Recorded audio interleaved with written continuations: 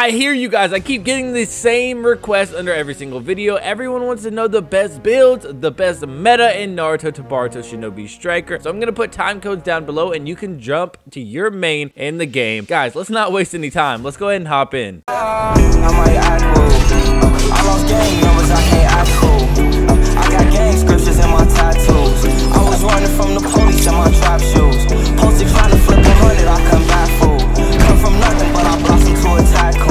Betrayal scars, case I think. Go ahead and drop a like on this video. We are watching you. Me and Sakura got you. Before we hop into the builds, guys, we are only going over the 3 main battle modes. Yes, that's combat, which is a 4v4, and you just try to kill each other until the last man standing. Next is flag, where you try to capture 2 of the enemy's flag, and then base, you try to collect all the bases and fill up the gauge. Based on this poll is the order that we're going in, guys. Time codes down below. Here's the best base build for ranges. The first build is going to be range, and the first jutsu of this build is going to be Majestic Destroyer of Flame, which you can get from the Madara DLC. Now, this is one of the most powerful range jutsus in all of Shinobi Striker. This one packs a punch and has a burn over time. The next jutsu is a free jutsu that you can get from the Itachi Uchiha BR Master, and it's called Amaterasu, which is one of the most powerful burn over time jutsus that also gets rid of super armor, and that is Purple Lightning, Demon Hunter, and stuff like that. The substitution you need to be running on this build is Shadow Clone Jutsu, just based on the placement of which Shadow Clone puts you. For the ultimate, we have Kamui Shuriken, which is from the DMS Kakashi DLC. Guys, that one is the range Kakashi if you're confused. Now, this one is a relatively quick ultimate that does pack a punch, and you can hit multiple people. For your ninja tool, you'll be using Senbon. Now, for your weapon, you'll be using the Kusanagi sword. Now, to me, these have the best combos. I know that's up for debate. Use what you want to, but I recommend this. Here's the best build or meta build for ranges in combat. The first jutsu is going to be Majestic Destroyer Flame. I'm not going to talk too much about it, so let's move on to the next jutsu. The next jutsu is going to be Amaterasu. We already talked about this on the base build. It's a burn over time that packs a punch. For the ultimate, we're going to be using Shikigami Dance Storm. Now you can get this from this Conan VR Master. Now, the reason we're using this is because we're trying to seal up that Ino ult so we don't get our ultimates taken away. I definitely recommend that you use Shadow Clone as well. Now, you still will be using the Senbon and the Kusanagi Blade as your ninja tool and weapon. Now, flag is where it changes up a little bit as well. Again, we'll be using the Majestic Destroyer Flame. This knocks people off flags and gets people away from your flag runner. The next jutsu is Inferno Style Flame Lightning, which is a jutsu that uses the pull mechanism with an Inferno style, and it has an incredible burn over time and can pull people from long distances. Shikigami Dance Storm is essential in flag running because you need to steal the people trying to get the flag from your flag runner. It's rarely a good idea to use Swift Step, anything besides attacker, but today on flag, we're going to use Swift Step because we need to catch up to the flag runner, because normally it is the range's job to grab the flag. On this build, we'll still be using the Senbon and the Kusanagi sword. We'll be talking about attack type and now attack type for base. The first jutsu is Demon Wind Shuriken. We're going to be saying that a lot. This is from the Shisui DLC. It increases your movement speed, attack, tracking, evasion,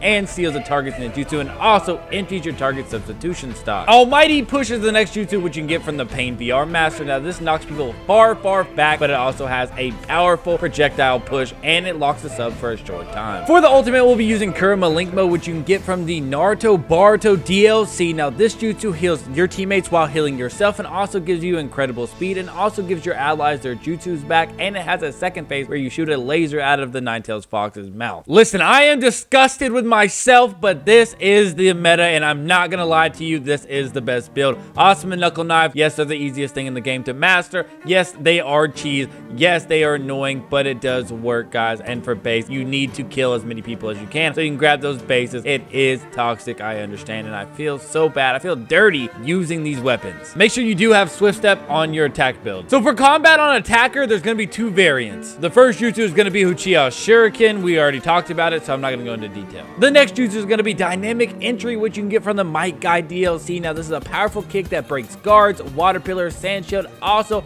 raises your defense once you connect. The ultimate is going to be Kodo, which you can get from the Shisui DLC. Now, this places you and your allies in a Sharingan effect, which gives you an infinite substitution. Now, the second phase fuses your enemies and reverses their control. You can switch this out for level 3, which is a Minato DLC, which is a multi-hit jutsu that normally kills on contact. For the ninja tool, we'll be using the Paper Bomb Kunai, which explodes after a set amount of time. I highly recommend that you do check out the chakra claws. Now, if you don't have these, go ahead and with the regular claws, but if you don't want to use claws for whatever reason, use some something else based on your preference. Next up, we have flag meta for attack. Again, go with Uchiha Shuriken. The next jutsu is teleportation jutsu, which is a quick burst jutsu that allows you to move quickly. Guys, it's also boosts your speed boost and ninjutsu attack power after use. We will also be using Kodo yet again. Also Swift Step, also Chakra Claws. Now, definitely recommend you use Purple Lightning for your flag running build because it gives you super armor and nobody wants the flag knocked off so easily. Next up, we do have Healer. Now, base battle is the only game mode Healer really switches up their jutsus. The first jutsu is going to be from Mei. This is Water Style Water Pillar. Now, this jutsu actually helps you get the base. Now, covers the base entirely and is a circling whirlpool of water. Cellular Extraction is from the Sakura VR Master, which is a burst heal that gets rid of negative status elements as well. For the ultimate, we have Long Distance Healing, which you can get from Tsunade. Now, this is a major heal over time, but it's quick and it gets rid of negative status elements and also boosts your special gauge immensely. Make sure you do have the heal tag. It's a burst heal that heals also you and your allies. I highly recommend that you use the Sakura and Naginata. Now, if you don't have this, a ninja sword will work. I cannot express this enough. I highly recommend that you use the Shadow Clones. So for flag and combat, they actually have the same build for healers. The first jutsu is Super Light Bowler Jutsu, which you can get from a Noki DLC. Now, this does a slew of things, but boosts you and your allies' movement speed, attack tracking ability, evasion distance, showing substitution, and ninjutsu cooldown. But most importantly, it charges that secret technique gauge.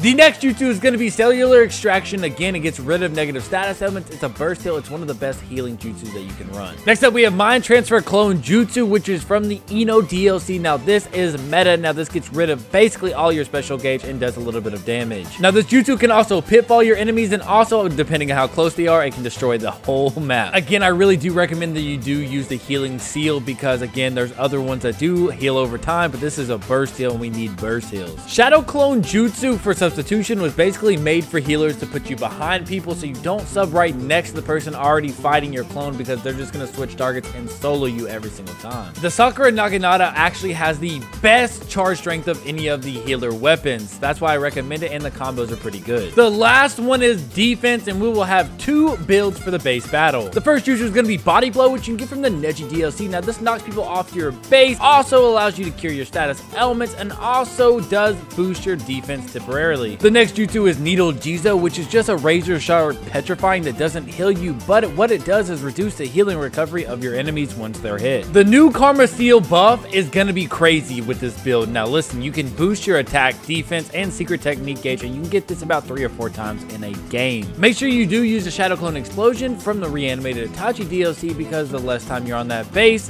the more time they have to get it. For tanks, Purple Lightning is essential on base. I'm a bit iffy on the Double Moon Sword of late, but it's still meta right now, and it just basically you triangle spam on the spot. The next jutsu on the second build is still going to be Body Blow. This is where things change. You're going to use Palm Rotation. A lot of people like that invincibility glitch right at the end of rotation. The ultimate is going to be 8 trigrams, 128 palms, which you can get from the Neji DLC. Now, this gets rid of somebody's ult gauge almost completely, and it does about 99 hits. Again, we're going to need that explosion clone to keep on the base. Purple Lightning to super armor and also do an incredible amount of damage. And of course, we're going to spam triangle or your heavy with the Moon Sword. Now it's time for combat for defense. The next jutsu is Hazan Strike, and this is from the Neji DLC. Now, this is the most important defense jutsu in all of Shinobi Striker. Hazan Strike will reduce somebody's secret technique and get rid of all your substitutions. The next jutsu is Uchiha Flame Formation, which is from the Obito DLC. Now, if all your allies are in range, you can cover them with the Uchiha Flame Formation, and it'll cover them from all ninjutsu damage. And with the newly buffed Hidden Mist Jutsu from the Zabuza DLC, it increases the user's attack power, movement speed, while decreasing the enemy's charge strength, and they overall cannot move very well and have no substitution. Now, for the clone, there is no best clone for combat defenses, but my personal favorite is the Paper Clone Jutsu, so I put it in anyways because I figured you guys would ask where is that at. What I typically use is Lightning Release Bullet. Now, what this does is stun the enemy, but it also reduces their attack power, lengthens substitution, and ninjutsu cooldown. I recommend that you do go with a longsword style weapon because those have the best combos for combat, and especially when you're trying to chase down those attack types. There are a lot of opinions on flag defense builds, but I'm going to go with my favorite one. The first jutsu is going to be Silent Strangle Jutsu, which you can get from the Yamato VR Master, but what we need this for is to get rid of that super armor on those ATKs, and that is exactly what we'll do. Next up, we do have Zon Strike. That is to chase down those flag runners. We'll be using Mist to reduce the speed of those flag runners and try to confuse the enemy. We'll also be using Swift Step to help us chase down flag runners and escort our flag runner. We will be using Blast Bomb, which you get after you play a certain amount of games as defense, but I do like like these because they're a tad bit more accurate than any of the ninja tools. I do highly recommend that you do use any longsword combo style weapon. It does help you chase down people. Huge shout out to everybody who gave me advice on this video. I greatly appreciate it. But guys, I'm asking you a question. Do you guys want me to do a free version of this video where there are no DLCs?